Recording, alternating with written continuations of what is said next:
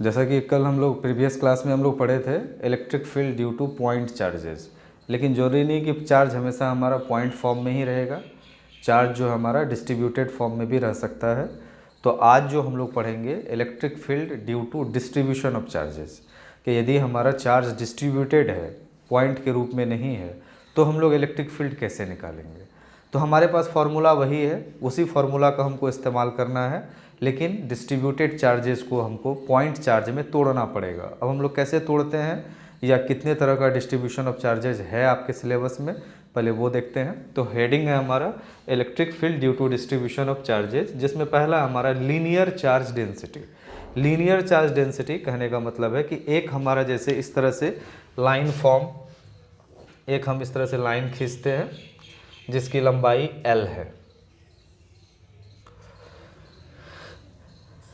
इस total line पे जो है चार्ज है हमारा, मान लिया पॉजिटिव चार्ज है, इस तरह से हमारा बना हुआ है। इस तरह से टोटल हमारा जो है पूरे इंटायर लेंथ पे हमारा जो है वो चार्जेज है। अब आप लोग ये कहेंगे कि सर ये चार्ज आया कहाँ से, तो हम लोग जानते हैं कि चार्जिंग का जो मेथड्स होता है, 3 types of methods of charging आप लोग को पढ़ाया गया है। Charging by friction, charging by conduction और चार्जिंग बाय इंडक्शन। यदि कोई चार्ज्ड मेटल को लाकर हम इसमें से सटाएंगे तो उसमें से चार्ज जो है इस जो लाइन है उसमें फ्लो करना शुरू कर देगा। तो इस तरह से हमारा ये चार्ज्ड हो जाएगा। दूसरा क्वेश्चन ये आ सकता है आपके दिमाग में, डाउट आ सकता है कि सर ये जो पॉजिटिव चार्जेज है क्या ये एक दूसरे को रिपेल नहीं कर रहा है। बिल्कुल, जिस समय में इस पे हम लोग चार्ज डाले थे उस समय में ये हर एक चार्ज एक दूसरे को रिपेल कर रहा था। इनिशियली रिपेल करते करते करते करते ये सारा चार्जेज एक दूसरे से इक्विडिस्टेंट हो गया। इक्विडिस्टेंस मतलब जैसे मान लिया इसी चार्ज की यदि हम बात करें तो इस पर ये रिपल्सन लगा रहा है इधर की तरफ, और ये जो चार्ज है इस पे रिपल्सन लगा रहा है इधर की तरफ। तो ये दोनों ही फोर्स जो है, एक इधर चला गया एक इधर चला गया, इसके द्वारा इधर गया इसके द्वारा इधर गया, तो ये दोनों एक दूसरे के फोर्स को क्या किया, कैंसिल आउट कर दिया, और ये स्थिर है। तो हर एक चार्ज के बीच का जो डिस्टेंस है वो ऑलवेज सेम रहता है, जिसके वजह से एक दूसरे के ऊपर जो ये लोग फोर्स लगाते हैं वो एक दूसरे को कैंसिल आउट करता जाता है, और अभी जो है चार्ज हमारा सारा स्थिर कंडीशन में है। अब ये जो इसके द्वारा है, अब हम लोग को क्या करना है कि जैसे एक पॉइंट यहाँ से हम लोग r डिस्टेंस पे एक पॉइंट लेते हैं, P पॉइंट। अब इस P पॉइंट पे हमको बताना है कि इलेक्ट्रिक फील्ड कितना होता है। तो चलिए हम लोग देखते हैं इस प्रोसेस क्या है हमारा इलेक्ट्रिक फील्ड निकालने का। तो सबसे पहले हम लोग देख लेते हैं, let lambda is the linear charge density. Linear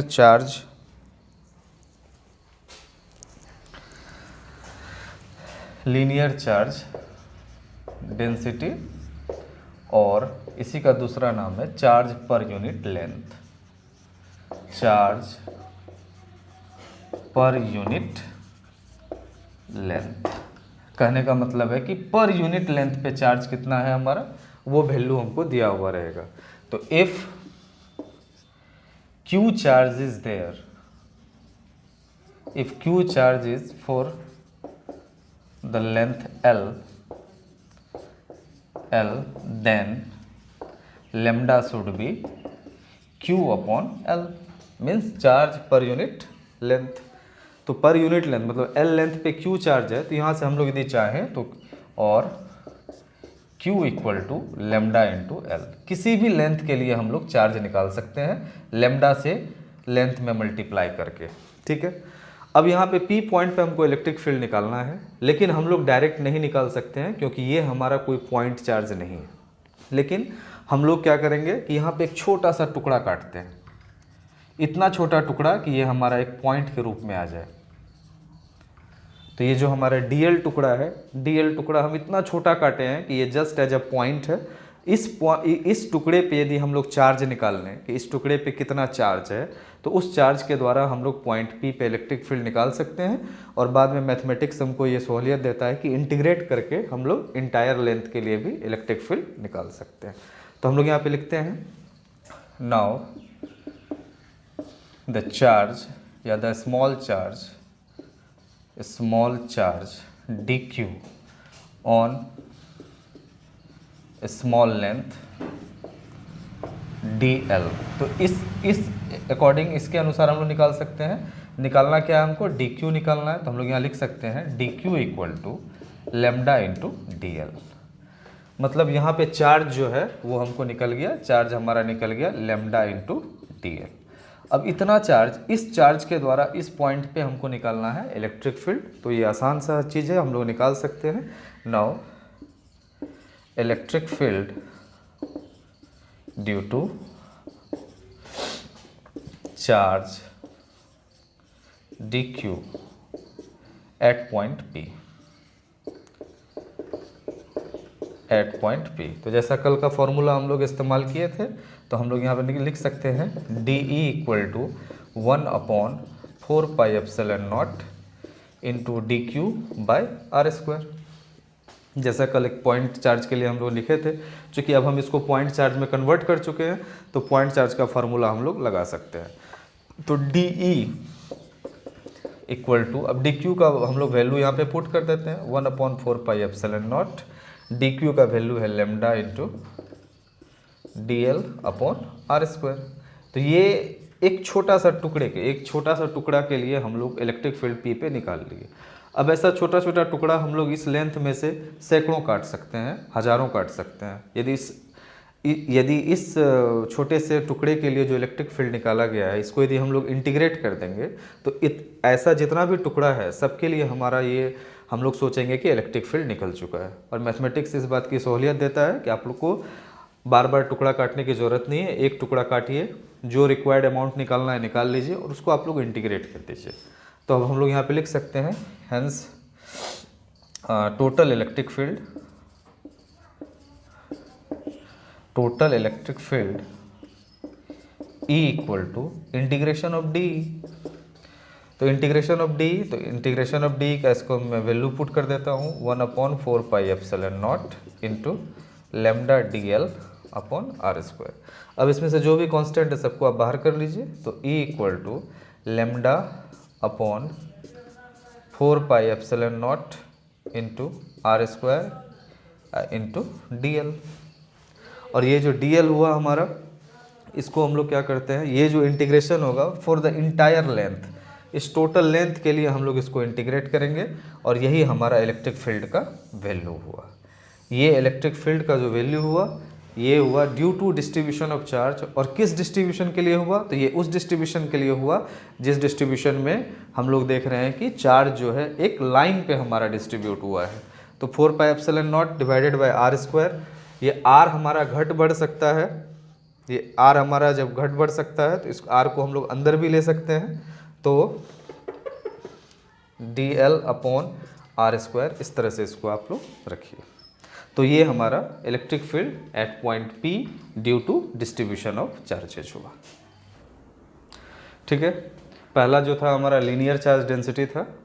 अब जो सेकेंड डिस्ट्रीब्यूशन ऑफ चार्जेज पढ़ना है वो है हमारा surface charge density. Surface charge density मतलब किसी भी, जैसे बुक का एक सरफेस है, ऊपरी सरफेस है, उस टोटल सरफेस पे यदि चार्जेज है हमारा, तो उस चार्ज के वजह से पॉइंट P पे हमारा कितना इलेक्ट्रिक फील्ड होगा। तो यहाँ भी फॉर्मूला हमको वही इस्तेमाल करना है, electric field due two point charge का। तो हम लोग क्या करते हैं, जैसे ये सरफेस है, तो टोटल एरिया यदि हमारा S दिया हुआ है और इस टोटल एरिया S पे टोटल चार्ज कितना है हमारा Q। ठीक है, तो इस टोटल एरिया में से एक छोटा सा टुकड़ा हम काटते हैं, DS टुकड़ा, और इस DS टुकड़ा पे हम लोग चार्ज निकाल लेंगे कि कितना चार्ज है। उस चार्ज के वजह से हम लोग P पॉइंट पे इलेक्ट्रिक फील्ड निकाल लेंगे और उसको इंटीग्रेट कर देंगे। प्रोसेस हमारा बिल्कुल ही सेम है। तो हम लोग देखते हैं लेट, और इसको हम लोग डिनोट करते हैं सिग्मा से। Let sigma is equal to surface charge density, surface charge density, और इसी का दूसरा नाम है चार्ज पर यूनिट एरिया। इफ, या स्मॉल q हम लोग लिए हुए हैं, if q charge is there for the area S, then sigma equal to we can write it q upon S, मतलब charge per unit surface area. और यहाँ से हम लोग चाहें तो Q भी निकाल सकते हैं। Q इक्वल टू हो जाएगा sigma into S, means surface charge density into surface area. अब छोटा सा जो एरिया हम लोग काटे हैं ds, अब इस ds पे कितना चार्ज है वो हम लोग निकाल लेते हैं। Now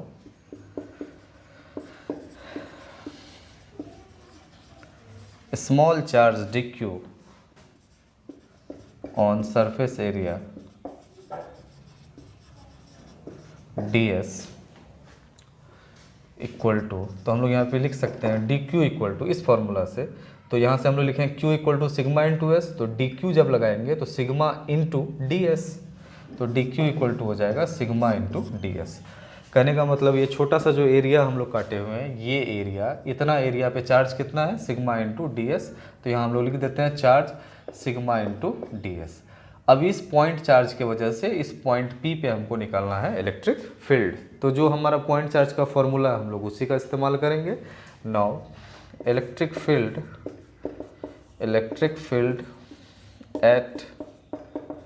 at point P due to small charge dq, तो हम लोग लिखते हैं तो dE इक्वल टू, जो हमारा फॉर्मूला है 1/4 pi epsilon naught into dq divided by r square. अब हम लोग जानते हैं कि dq का तो वैल्यू हम लोग निकाल चुके हैं, तो 1/4 pi epsilon naught into sigma into ds बटे r स्क्वायर। तो डी का वैल्यू हो गया 1/4 pi epsilon naught into sigma ds बटे r स्क्वायर। ये इलेक्ट्रिक फील्ड जो हुआ ये छोटा सा एरिया के लिए हुआ, और ऐसा छोटा छोटा एरिया हम इसमें से हज़ारों लाखों करोड़ों काट सकते हैं, तो उतना करने का ज़रूरत नहीं है। मैथमेटिक्स फिर से हमको एक सहूलियत देता है कि आप उसको इंटीग्रेट कर दीजिए। उसको इंटीग्रेट करने का मतलब है कि ऐसा जितना भी छोटा छोटा एरिया के लिए इलेक्ट्रिक फील्ड हुआ है सबको आपने जोड़ दिया, समीशन कर दिया, वैल्यू आप ले आइए। तो हम लोग यहाँ पे लिख सकते हैं total electric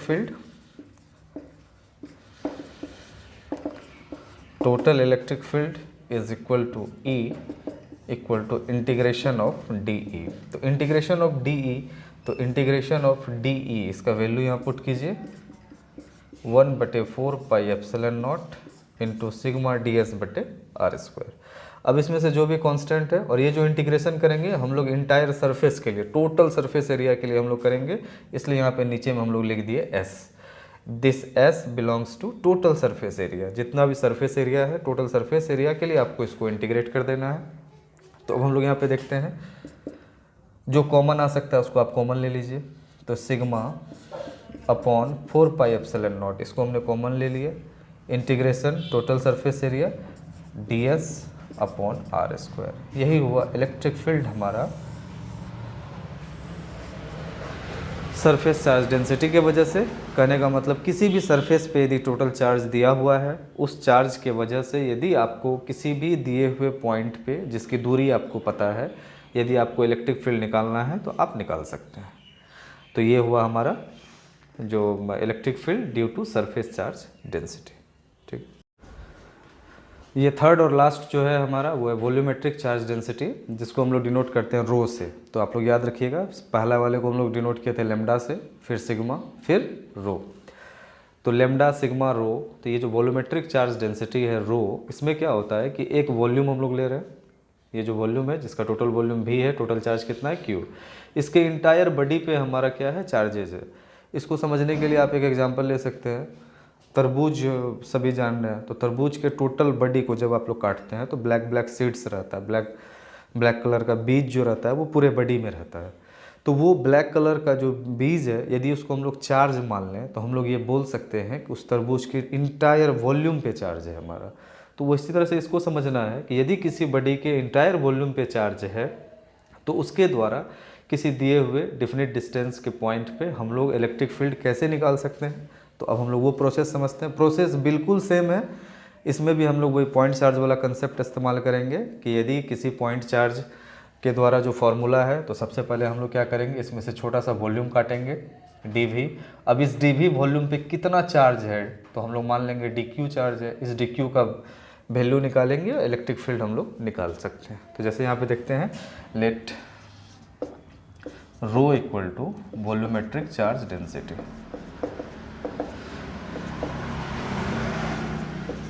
volumetric charge density, और इसी का दूसरा नाम आप लोग ऐसे भी दे सकते हैं कि चार्ज पर यूनिट वॉल्यूम। चार्ज पर यूनिट वॉल्यूम, ठीक है। तो if Q charges on the volume V, then rho equal to means volumetric charge density rho equal to Q upon V। तो यहाँ से हम लोग निकाल सकते हैं और Q इक्वल टू हो जाएगा रो इंटू V। तो अब इस आधार पे चूँकि चार्ज हम लोग निकाल चुके हैं, तो इस आधार पे हम लोग निकाल सकते हैं कि स्मॉल वॉल्यूम dV के लिए, ये जो dV हमारा वॉल्यूम है, इस वॉल्यूम पे कितना चार्ज होगा वो भी निकाल सकते हैं हम बाई दिस फॉर्मूला। तो हम लोग यहाँ पे लिखते हैं कि small charge dQ on small volume dV। तो यहाँ से हम लोग लिख सकते हैं dQ equal to rho into dV। अब जब ये हमको dQ निकल गया, यहाँ पे dQ यदि निकल गया रो इंटू dV, तो जब चार्ज हमको पता है तो हम लोग किसी भी पॉइंट पे इलेक्ट्रिक फील्ड निकाल सकते हैं। तो हम लोग अब लिखते हैं स्मॉल इलेक्ट्रिक फील्ड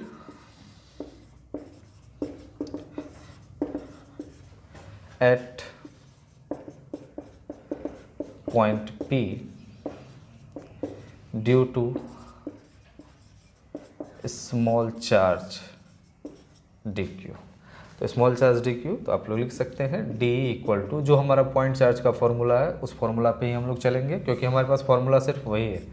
तो 1/4 pi epsilon naught into DQ बटे R²। तो अब यहाँ पे देखते हैं हम लोग DE इक्वल टू, अब DQ का जो वैल्यू है वो पुट कर दीजिए 1/4 पाई एप्सिलॉन नॉट, DQ का जो वैल्यू है वो रो इंटू dV बटे R²।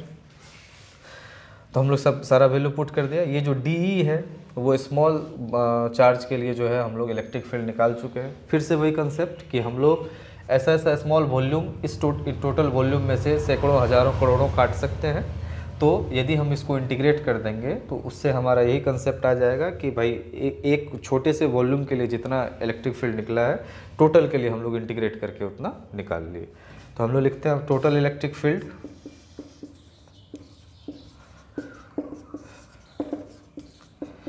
E equal to integration of D, और ये जो इंटीग्रेशन होगा वो इंटायर वॉल्यूम V के लिए होगा। तो E इक्वल टू, अब D का वैल्यू आप पुट कर दीजिए 1/4 pi epsilon naught into rho dV बटे R²। तो हम लोग यहाँ से लिख सकते हैं E इक्वल टू, जो भी कांस्टेंट है वो हम लोग बाहर कर लेते हैं। तो रो/4 पाई एप्सिलॉन नॉट बाहर हो गया, ये इंटायर वॉल्यूम V के लिए, और ये dV अपॉन R²। तो यही हमारा इलेक्ट्रिक फील्ड हुआ for the volumetric charge density at any particular distance. अब इसमें से एक चीज़ है जो थोड़ा सा हमको पहले बताना चाहिए था, लेकिन आप लोग समझ लीजिए, कभी कभी ये पूछ देता है यूनिट्स जैसे लेमडा का यूनिट। तो लेमडा हमारा क्या था?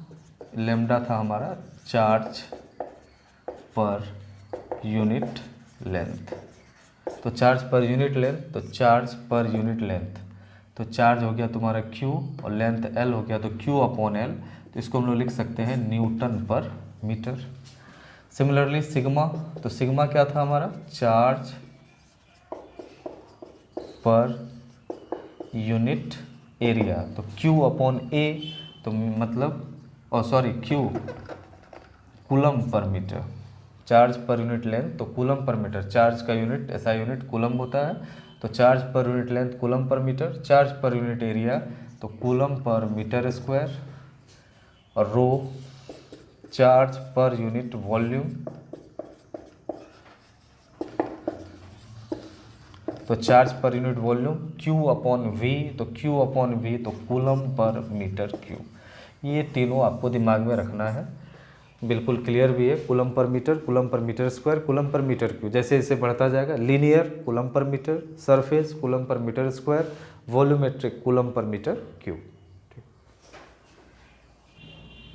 ठीक है। Electric field due to distribution of charges के बाद जो हमारा टॉपिक है वो होता है इलेक्ट्रिक फील्ड लाइंस।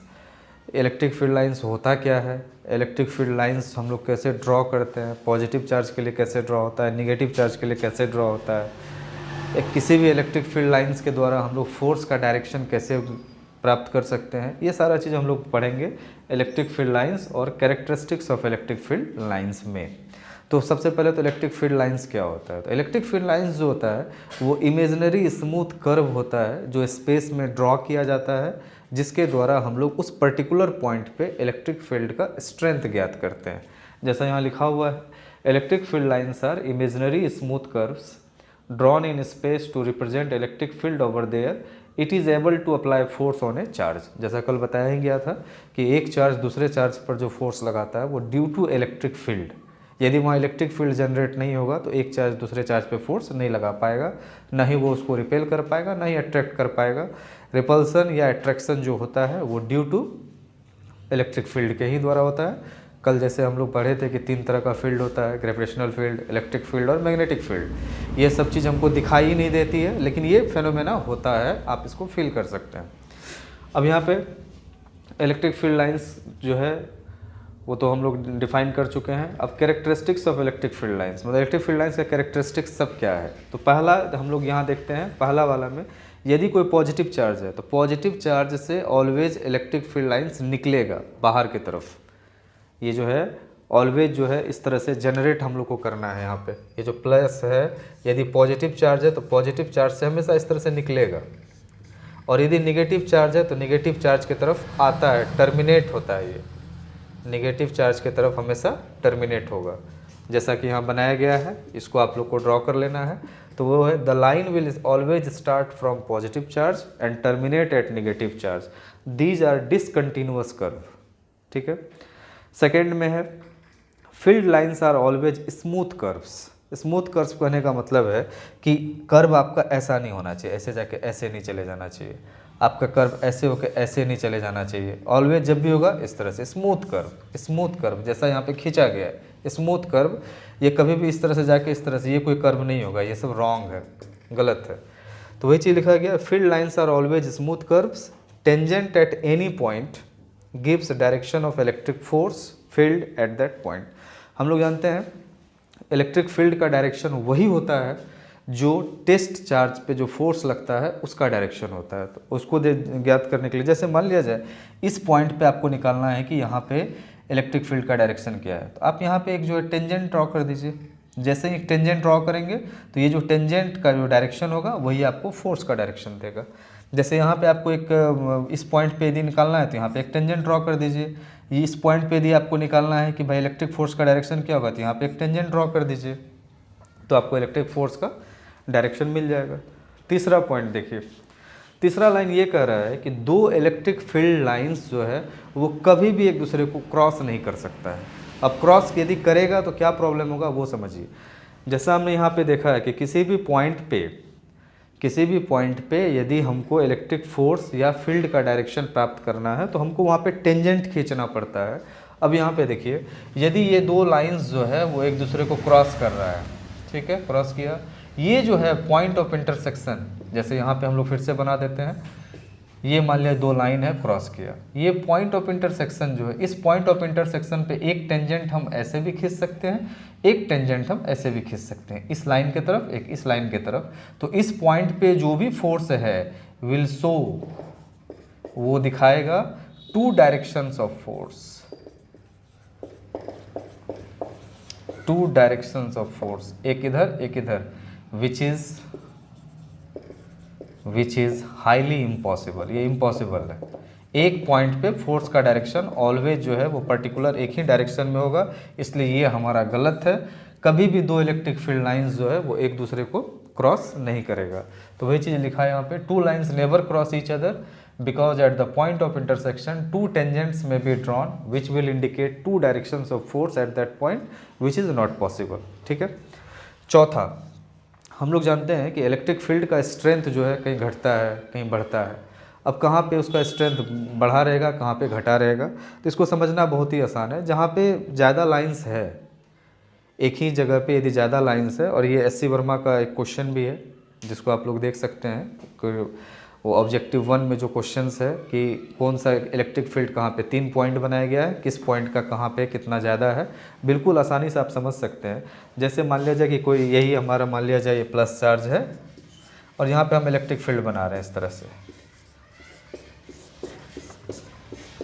बना दिए, ठीक है। अब हमको ये पता करना है, जैसे यहाँ पे हम लोग इस पॉइंट का पता करना है, इस पॉइंट का पता करना है, तो इस पॉइंट पे हम लोग ए ले लेते हैं, इस पॉइंट को हम लोग बी ले लेते हैं। यहाँ पे एक हम लोग रिंग, इतना बड़ा रिंग जो है एक तैयार कर लेते हैं, सेम अमाउंट का रिंग हम लोग यहाँ पे तैयार करते हैं। अब आप देखिए कि इस रिंग में यहाँ पे कितना इलेक्ट्रिक फील्ड लाइंस क्रॉस किया है और इस रिंग में कितना इलेक्ट्रिक फील्ड लाइंस क्रॉस किया है। तो यहाँ पे हम लोग क्या देख रहे हैं कि 2 ही लाइन है, 2 लाइन है, और यहाँ पे हम लोग देख रहे हैं कि इस रिंग में जो है वो 3 लाइन जो है पास किया है। इसका मतलब है कि ए पे जो है वो इलेक्ट्रिक फील्ड का स्ट्रेंथ क्या है, ज़्यादा है, क्योंकि नंबर ऑफ लाइंस ज़्यादा है, और यहाँ पे स्ट्रेंथ कम है क्योंकि नंबर ऑफ लाइंस कम है। तो हम लोग यहाँ पे लिख सकते हैं इलेक्ट्रिक फील्ड स्ट्रेंथ या field strength, electric field strength at A is greater than electric field